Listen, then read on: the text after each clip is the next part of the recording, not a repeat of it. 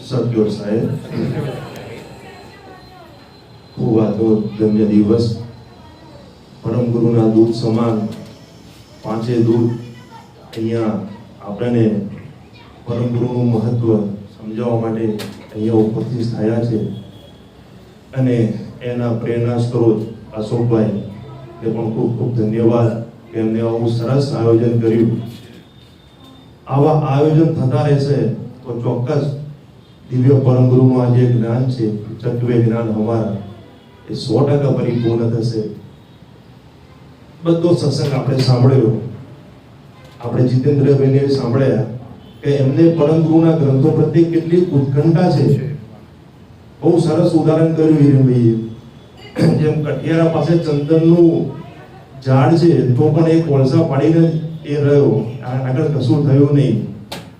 મારો કહેવાનો મતલબ એટલો છે કે દિવ્ય પરમ ગુરુના ગ્રંથોનું જ્ઞાન આપણી પાસે છે પણ આપણે એને વાંચતા નથી.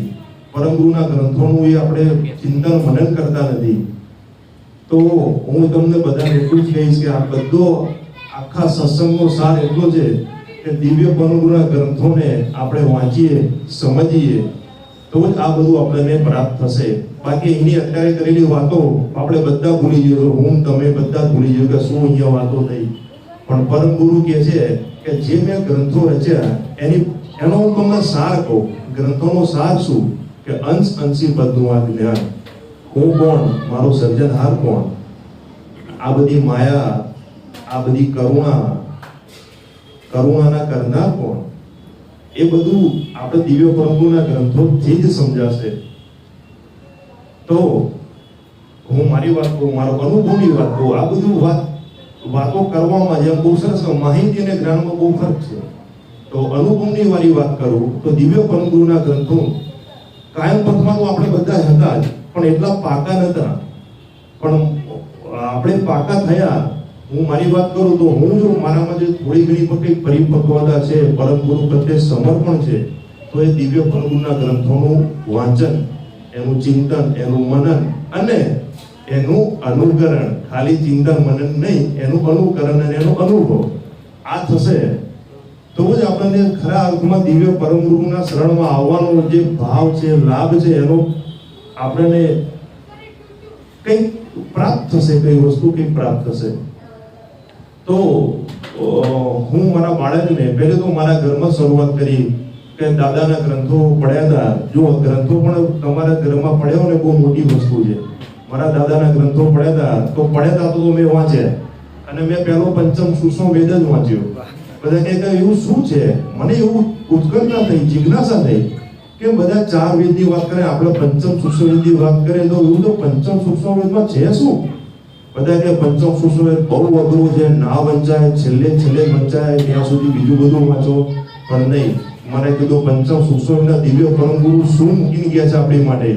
તો મેં પહેલો પંચમ સુષમ વેદ જ વાંચ્યો. એટલી બધી જ્ઞાનની વાતો અને દિવ્ય પરમ ગુરુએ જ્ઞાનની વાતો કરી. એ એની માટે સમજાવી. હું તમને વાત કરી કે ભાઈ અંશ અંશી પદનું જ્ઞાન સમજાવવા માટે પરમ ગુરુ કે મેં 15 ના 3 18 ગ્રંથોની રચના કરી. એની પાછળનો સાર એટલો જ છે કે અંશ અંશી પદ, આપણે કોણ છીએ અને આપણા સર્જનહાર કોણ છીએ એને તમે બધા ઓળખો. તો હું બધાને એ પણ અપીલ કરીશ કે સવારે ઉઠીને જે આપણે ઉપાસના કરીએ છીએ એ તો કરો જ તમે, પણ દિવ્ય પરમ ગુરુના ગ્રંથ ને ચોક્કસ વાંચો. એને સેવા પૂજામાં એનો પ્રાધાન્ય આપો તમે. એવું નહીં કે મેં પણ પેલો પ્રયોગ કર્યો તો હું તમારા અનુભવની વાત કરું છું.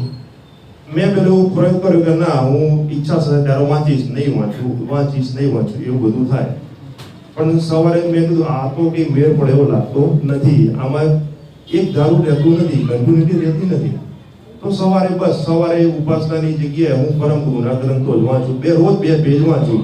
અને મેં એનું અમદાવાદ ખાતે આપણે અભિયાન પણ ચલાવી દીધું કે રોજ સવારે આપણે 4 પેજ વાંચવા અને એના ફોટા આપણે અહીંયા મૂકવા. આપણે બરોબર છે ગ્રુપમાં.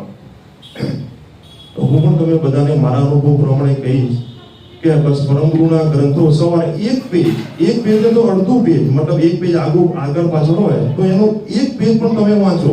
એ વાંચતા આખો ગ્રંથ પૂરો થશે. અને તો જ દિવ્ય પરમગુરુનું આ જ્ઞાન તમને સમજાશે, આપણે બધાને સમજાશે. બાકી પરમગુરુના દૂતો તો બધા જશે, બધું જ કરશે, એ તો એમનું કલ્યાણ તો થવાનું જ છે. પણ એમનું કલ્યાણ પણ એમનો અનુભવ તમે લેશો તો એ જ કહેશે કે અમે પણ પરમગુરુના ગ્રંથોનું શ્રવણ, મનન, ચિંતન અને અનુભવ લીધો. તો એ કરે તો આપણે કેમ નહીં કરીએ?